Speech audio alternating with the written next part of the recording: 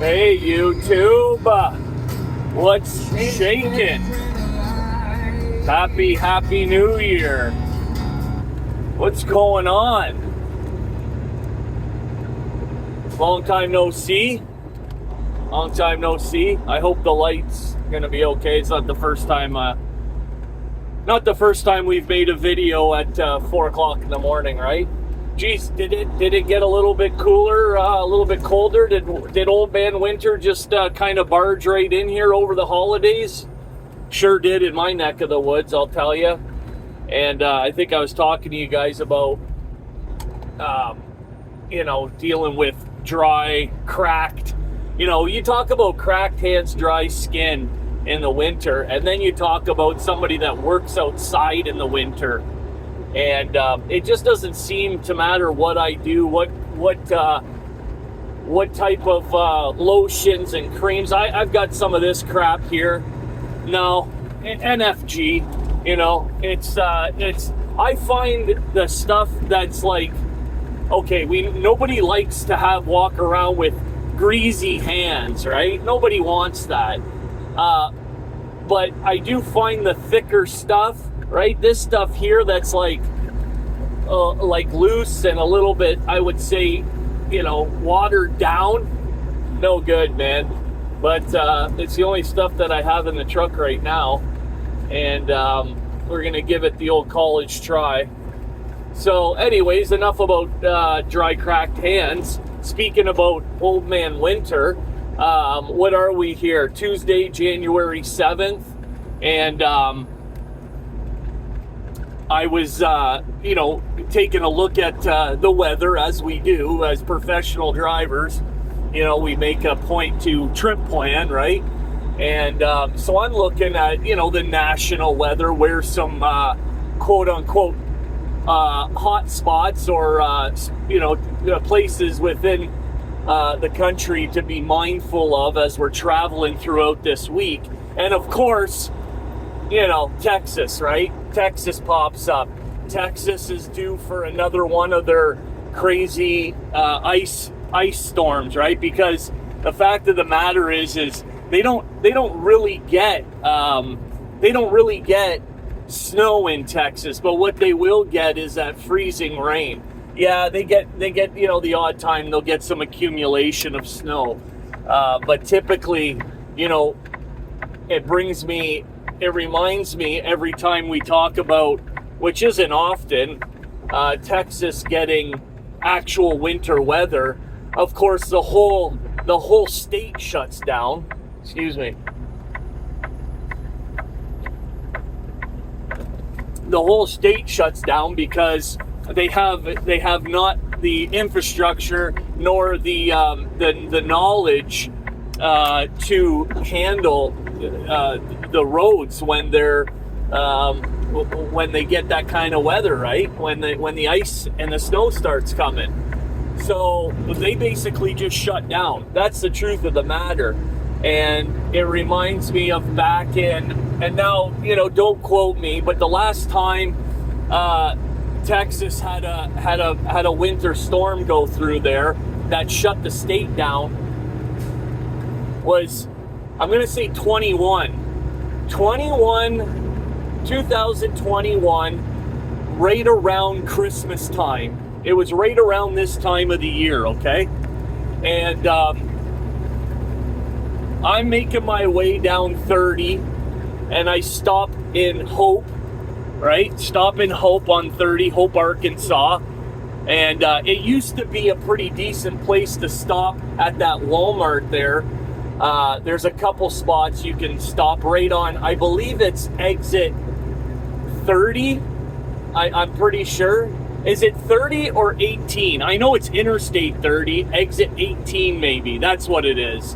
And there's a Walmart there. They actually have truck parking. And I've been going there for years when I was doing produce and going down to PHARR, Texas, or Laredo or McAllen, right? All the hot spots for produce right on the border there. And it was just, it worked with my clock. And you know, 9 times out of 10, there was parking there, especially pulling reefer, and with the schedule that you're on in the reefer world, which is basically the vampire schedule. And so yeah, I pop in there, I do some groceries, and it was business as usual. Now I'm coming through Hope, Arkansas, the night before, the day before, and I shut down. It's whatever time it was, right? And I remember I'm starting my day, and my day was starting at I don't know, 10 o'clock at night, I want to say. Something like that. Maybe 11, maybe midnight, within that area. And I get going, and next thing you know, I cross Texarkana, and it's getting a little bit dicey. Nothing too major. And then, boom! I hit Sulphur Springs, just before Sulphur Springs, basically Texarkana, and the winter weather's coming in. Now at this point, once I hit Sulphur Springs, Mount Pleasant area, there's that Love's there, right? Correct me if I'm wrong. And I'm looking for a place to park by this point. As soon as I get into Texarkana, I'm like, this is no good, right? And I'm looking for a place to park, and so is everybody else. But keeping in mind, everyone's still parked from the night before, and there's only a few of us crazies that are on the, starting our day at 10 o'clock at night. So I roll into the Love's there.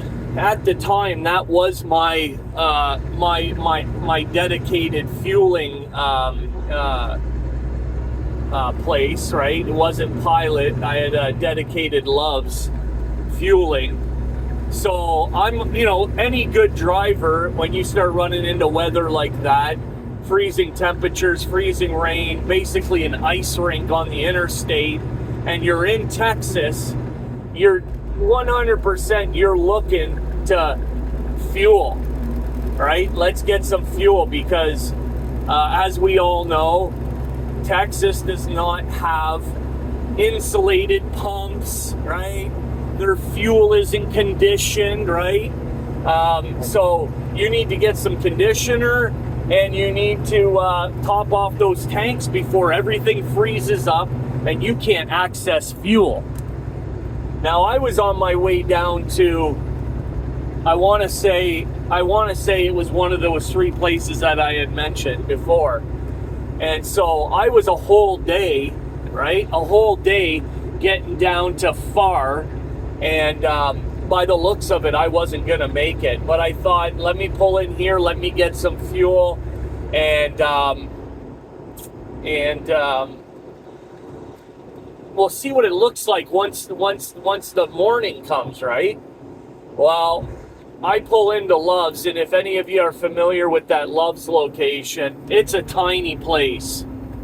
I think they have maybe 4 or 5 pumps, maybe 4 for sure, maybe not 5. And the trucks are already parked on top of each other. No one's going anywhere. It's a terrible setup at that location, fuel-wise. And so, no, you can't get into the pumps. Everyone's parked at the pumps and all over the fucking place. So, I managed to squeak a spot in there, and it's definitely not an allocated, or what you would call a legal spot. But again, nobody was parked legally at this point. Well, other than whoever got in there the night before and had a spot, right? So I couldn't get fuel, but again, right, I'm a professional. I had over half a tank, right? And I was just looking to top up. So it wasn't any, my reefer, of course, was topped up. It's winter time. You're pulling a reefer, right? Anytime you're stopping to get fuel, if you're hauling a reefer, You know, if you're pulling refrigerated work in the winter, you want to, every time you get fuel, get reefer as well, right? Every time you're getting fuel for your truck, top off that reefer in the winter. You just never know. So all that was good. So I basically, you know, no worries over here. I'm going to go back to bed till the sun comes up. So I pull the drapes, pull the air brake, pull the plug, pull the drapes, and I go back to dreaming, right? Go back to sleep. Now, I don't know what time it was by the time I pulled in there and actually pulled the drapes and laid down and closed my eyes and fell asleep. Keep in mind, I had just woke up maybe, you know, a few hours prior to that. I finally fall asleep, and I don't know, I maybe was asleep for about an hour or two, and the sun comes up, and I was awoke to another one of these jokers, right? Another one of these truck drivers that doesn't give a shit about anybody else, and he's got to get reefer fuel. Well, I don't want to get too far ahead of myself, but I wake up to someone banging on the truck as if my truck's on fire, right? There's an emergency, and they're banging as if they're trying to save my life. Okay, so I don't know how else to kind of, for context purposes, that's about the best I can do. If you were trying to save a driver's life, and you go over there and you're banging on their door, their truck's on fire, that's how he banged, right?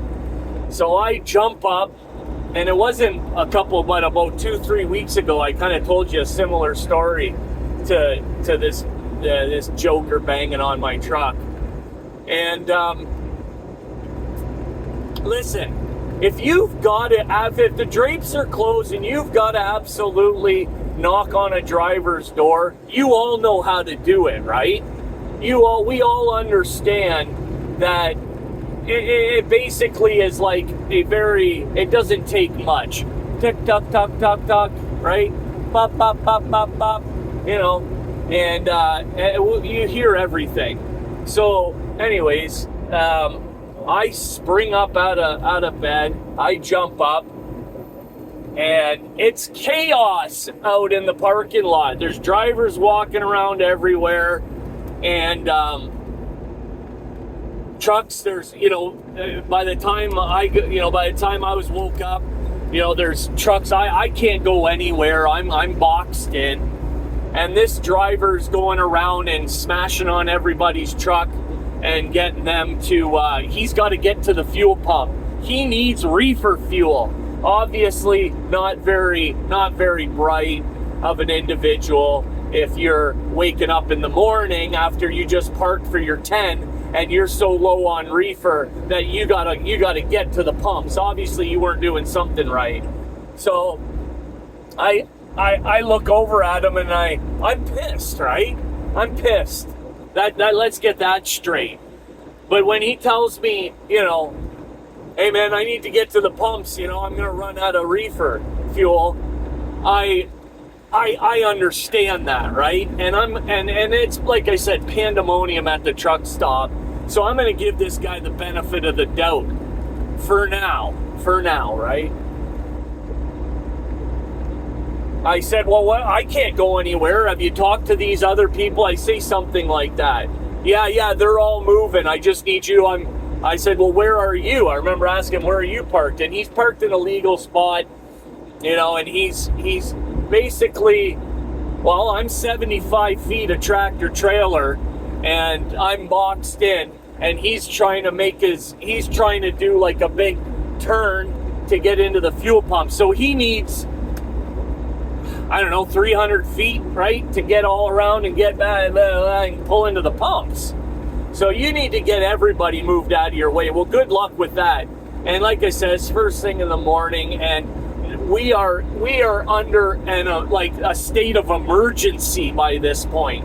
If you guys recall, that storm that rolled in was they called it the 100-year storm. And basically, there was 6 inches of ice on the roads, and the entire state shut down for, I don't know, it was over a week. But at that point, it was just beginning.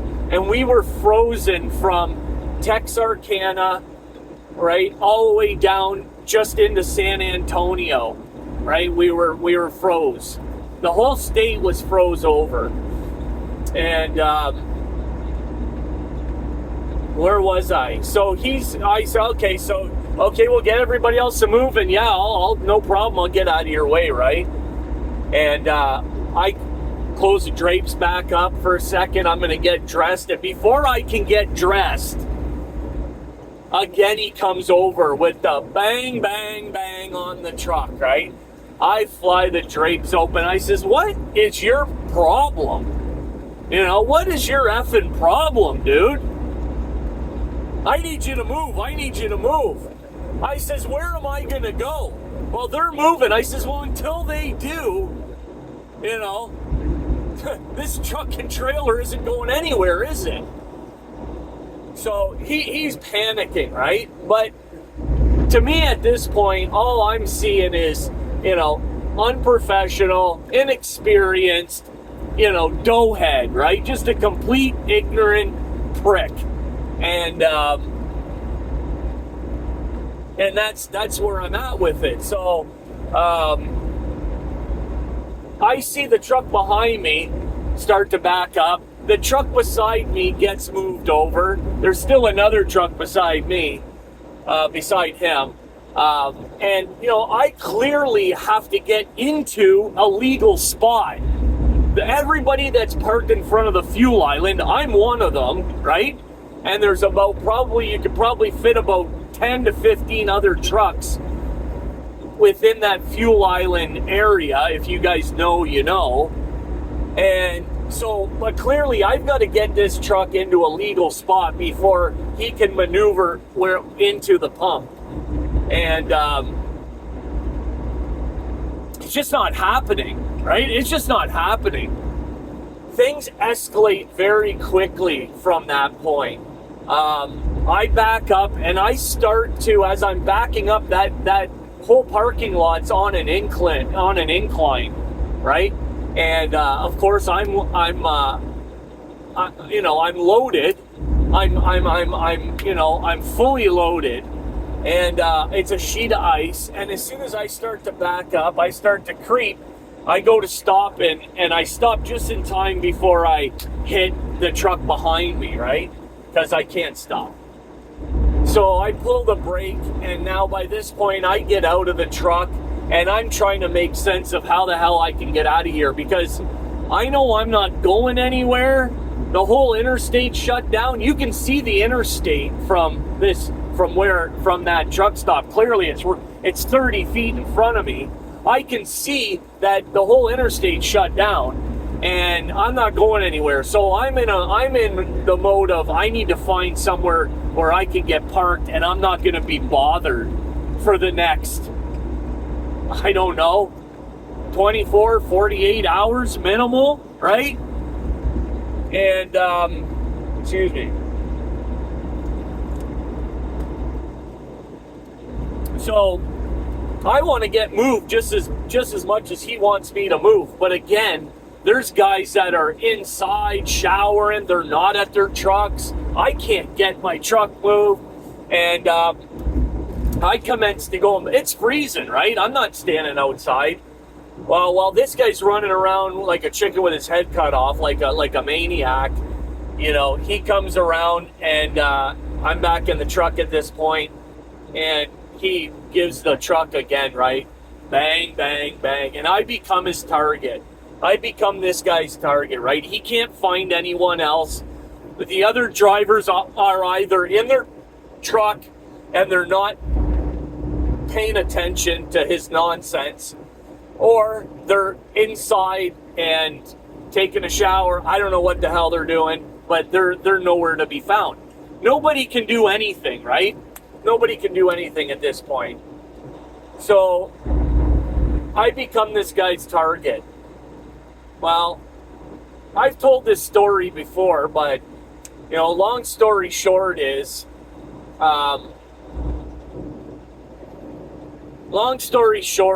is that some words are exchanged. I tell him to go fuck himself, period, point blank. Get fucked, right? Now I'm not moving. You're a fucking cunt, and I could care less. Figure it out, right? Figure it out. And so he's oh yeah, he says, oh yeah, and he proceeds to pull his truck as far as he can. Like I said, the truck beside me have moved. They get out. I've got myself over as far as I can, but again, the parking lot's still completely packed in front of the pumps. But he has a clear path to my truck from where he's parked, and he commences to driving his truck with a moose bumper into my truck. Literally drives his truck into my cab. So it's obviously on. This guy has completely lost his mind. You know, like I said, it's Christmas time. You know, everybody wants to get home. And some people have an inability to handle pressure like that, right? If you're a new driver and, you know, you've made some poor decisions, but you got to get home, and now you're looking at, you know, between you and home is 3,000 miles, and you're down in Texas in this 100-year storm, and that was it, right? Snap, and something in this person's brain just went click, and they decide they're going to drive their truck into my truck, and by this time I grab my phone and I start videoing all of this, obviously, right? And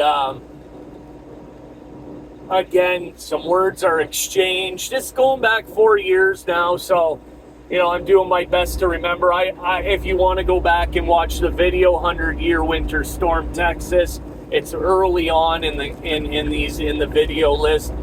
But nevertheless, he ends up using a wEeK, because I just roll the windows up, and you know, I'm like, I'm not dealing with this, right?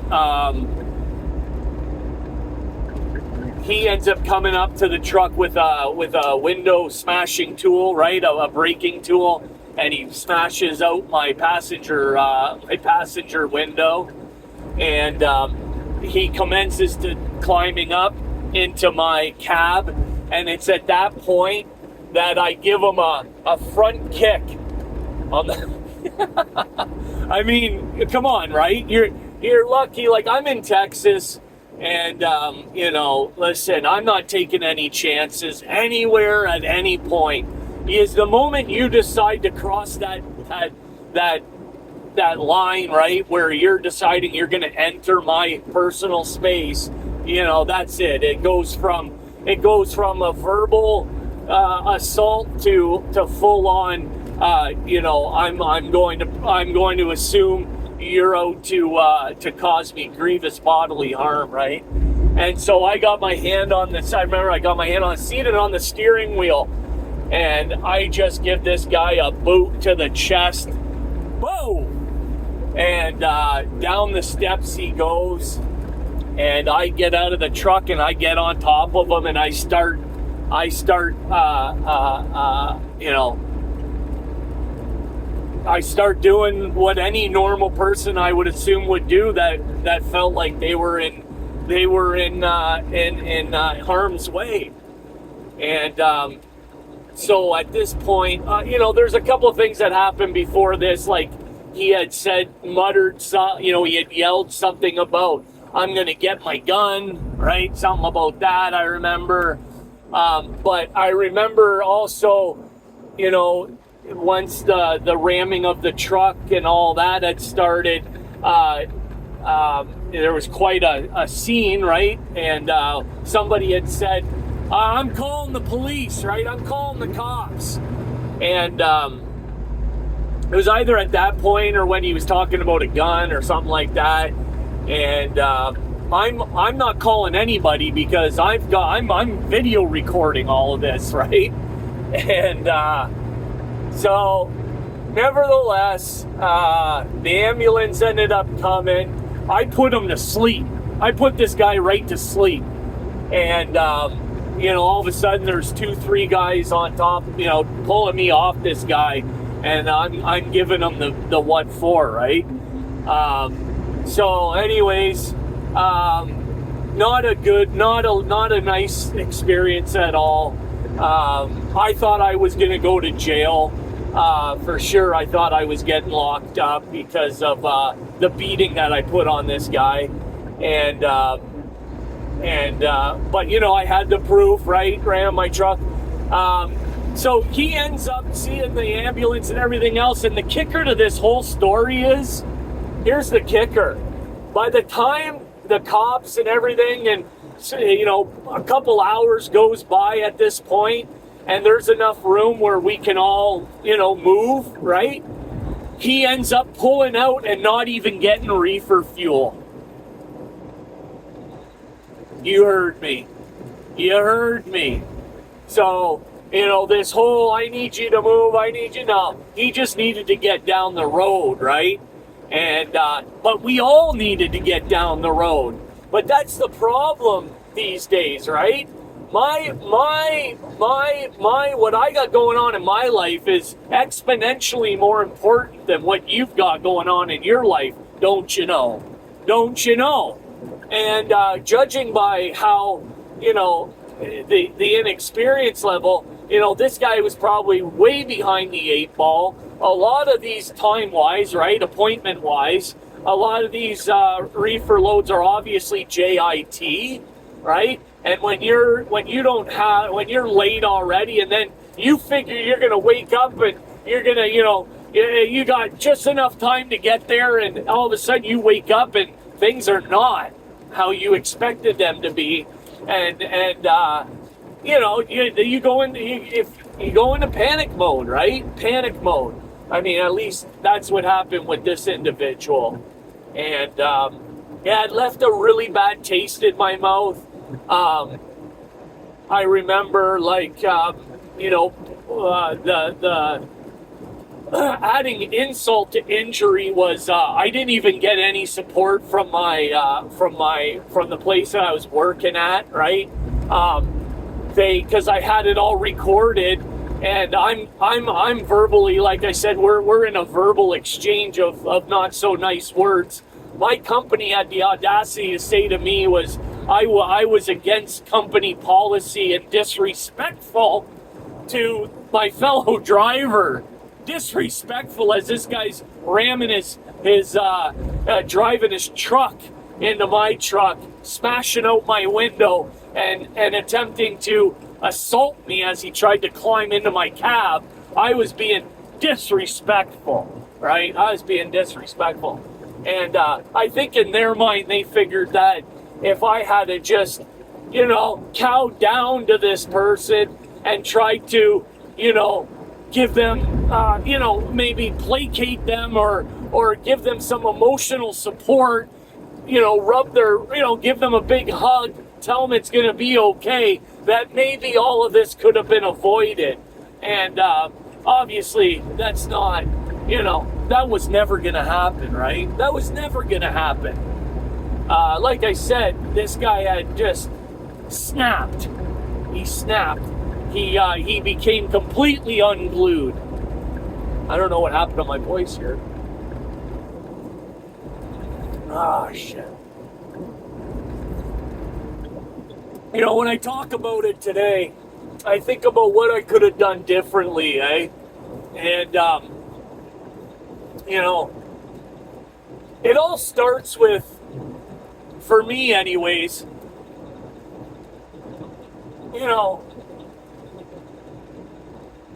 it all starts with how I, when he came not smashing on my truck like that, right? It put me in a very a defensive position. And, you know, when I feel as though somebody's trying to take, somebody's trying to take, you know, what's the word I'm looking for? Help me out here. When somebody's trying to take some, you know, have their way with me, right? Bully me, however you want to call it. I don't really like that word, but, you know, take, what's the word I'm looking for? They're trying to take something. They're trying to take, anyway, I'm not going to keep going on. It's 4 o'clock in the morning. My brain's not exactly working great. But I go into this like, you know, I think we all do. Like, I don't want to go out of my way to help you. Yeah, I'll move the truck gladly. Like I said, I wanted to move anyways. You know, I'm not one of these guys that parks in the fuel island, right? That's not me. I wanted to move, like I said, just as much as he wanted me to move. But when I can't go anywhere, I can't go anywhere. And I certainly wasn't going to make any, you know, maneuvers as I'm sliding around on this parking lot. I wasn't going to take any chances, right?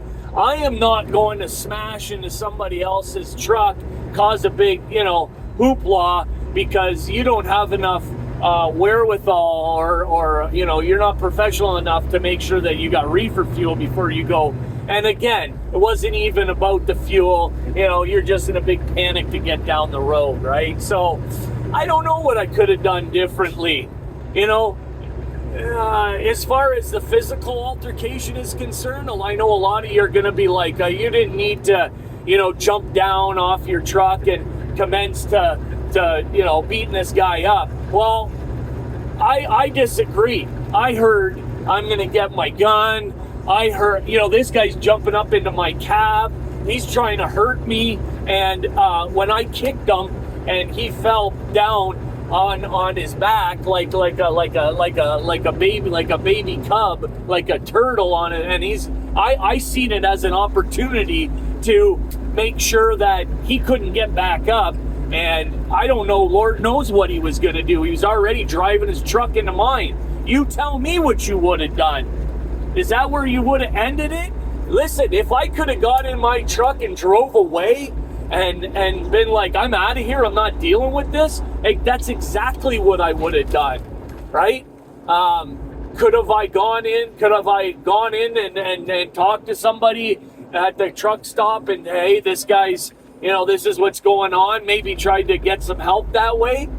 Yeah, I suppose I could have done that, right? Maybe that's what I could have done differently. Now you have to take into consideration the state that everybody was in, right?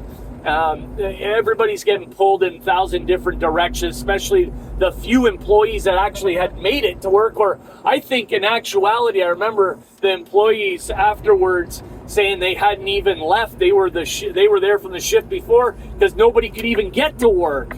Right? So, you know, everything was just very, you know, just one of those situations. And again, I'm not one of these people that are going to go, you know, running to anyone, you know, can you fight my battles for me? Can you help me? Right? At that point, I had made a decision like, fuck this guy. And I had kind of made my bed and I was going to handle it. However, whatever was going to happen at that point, I just wasn't dealing with this guy's crap no more. And so at that point, would it have been fair of me to try to inject somebody else and into a situation that I helped create, you know? And I'm not going to say I was just an innocent victim in all this, right? Like I said, I could have given the guy a hug. I could have, you know, but I was at the point where if you're not going to have any respect for me, if you're going to come around here and start thinking you're going to push your weight around and have your way with me, right? No, it ain't going to happen, right? You got the wrong guy. And so I don't think involving somebody would have been fair either. Here, you deal with this crazy mother effer, right? Here, you deal with this guy. So, but yeah, this storm what can I tell you about this winter storm other than, stay away, shut down, right? Don't your dispatcher, hey, this got to get there. Well, you better jump on a plane and get down here and find somebody to drive this truck, because I'm not going. Listen, when you get down, you start driving in that kind of weather, and you get into an accident, whether it's driving into a ditch, hitting something, or even worse. Your dispatch ain't gonna say, well, thanks for trying, right? Thank you for trying to get there.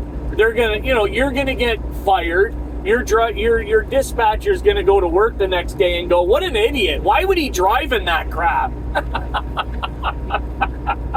I thought he's a professional driver. Why would they drive if it was that bad, right? If it was that bad, why wouldn't you, and that's the thing, right? You're sitting in your office somewhere. I'm right in it, and I know I guess I'm just saying this for the people watching this video that maybe are new drivers, but I know 99% of the people that watch this channel are very experienced drivers. At least according to the comment section, I would assume that you guys can handle this situation, handsomely, without much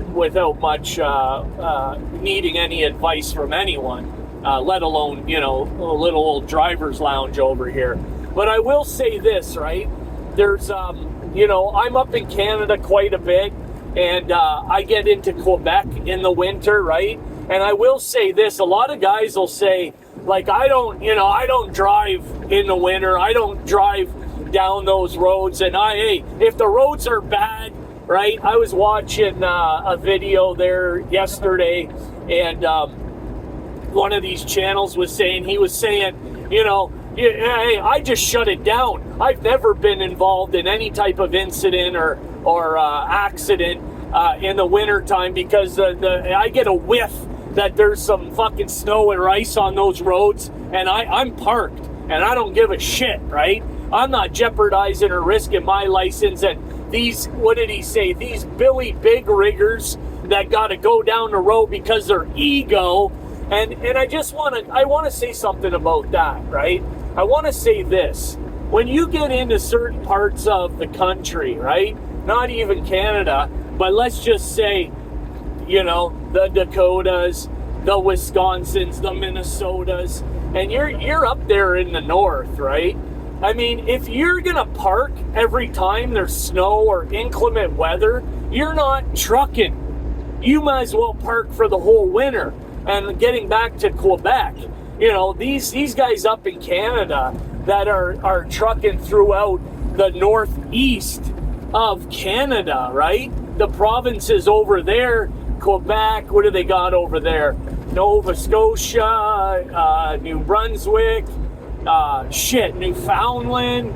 You start getting up in and over there in the wintertime, and you're gonna not, you're parking every time that there's some snow. I mean, you're not going anywhere. So there's something to be said about being able to navigate, do your job effectively, efficiently, professionally in the winter. What do you guys think about that? Because more and more I'm hearing I just park it. And it's like, what do you guys think about that? Shouldn't we as isn't that the difference between us as professional drivers and, these hot shots or these what do you call them there? They drive these U-Haul vans, right? They rent the Penske's and these guys that are taking up, all of our parking, right? With these box trucks, right? These box trucks drivers and these hot shot drivers. Isn't that the difference between us and them? Our ability to continue doing our job safely, professionally, effectively. We get the job done, right? Come rain or shine, snow, sleet, ice. Listen, I'm all with you. If it gets to the point, for me, I'll make my way down the road on some, on when the roads aren't great, right? But when you start getting into fog, right, where you can't see, that's where I draw the line. That's my line, right? If I can see the road, I can get down the road. If it's, 40 miles an hour, it's 40 miles an hour. I'm going to get down the road, right? If I have to. If I have the ability to get parked, then that's great, right? I mean, and 9 times out of 10, I'm in flatbed especially, I'm not saving any lives, right? I'm not out here saving any lives.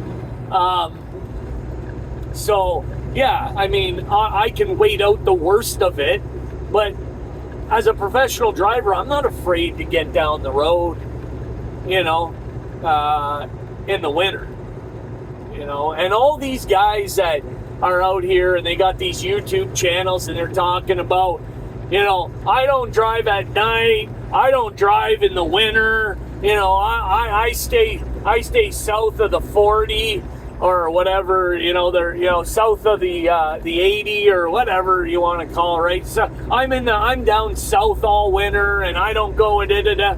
Are you doing yourself any favors? I mean, I don't know. I know there's a lot of fucking money to be made in the north right now.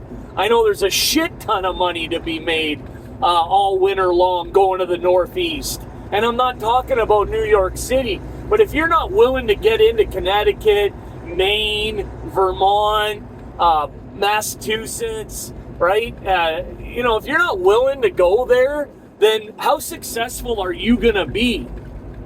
Now, I'm talking to the owner-operators now, right? Because as a company driver, you go where they tell you to go, right? Obviously.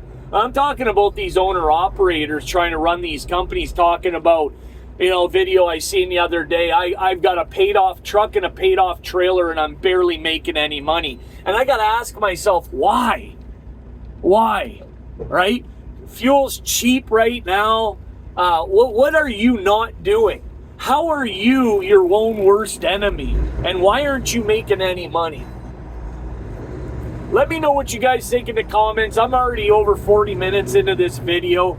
I missed you guys. I was looking forward to saying hello. Please say hello in the comment section. Let me know how you're doing. Let me know if you're making any money. Let me know what your hard line is. Where is it that what line don't you cross as far as safety and driving conditions, right? And I'm still trying to think of that word, right?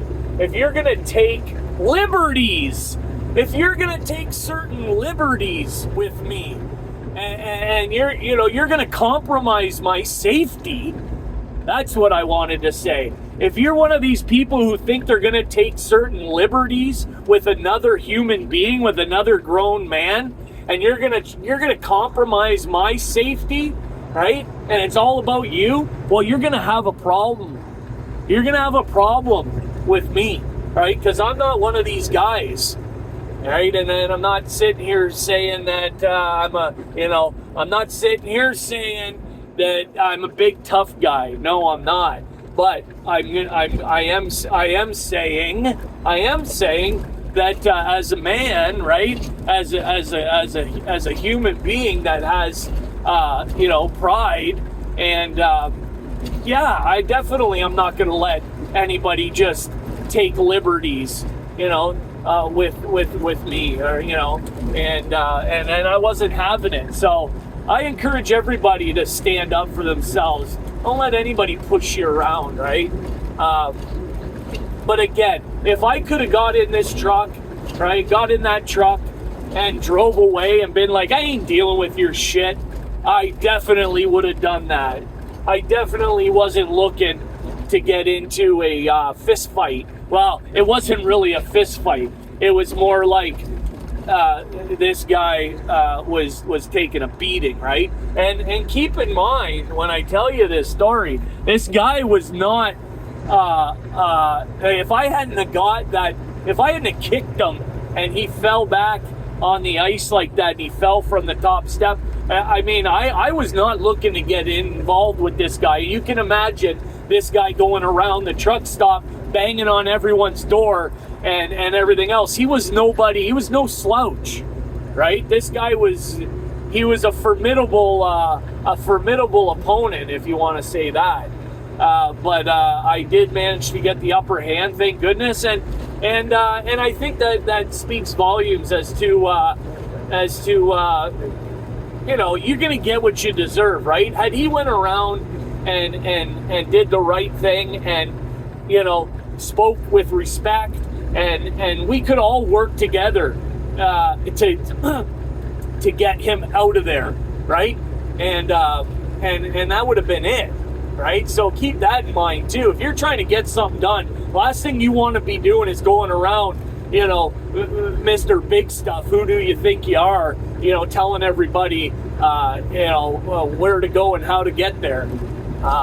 You know, that's just not the way as far as I'm concerned. But let me know what you think. It's good to see you guys.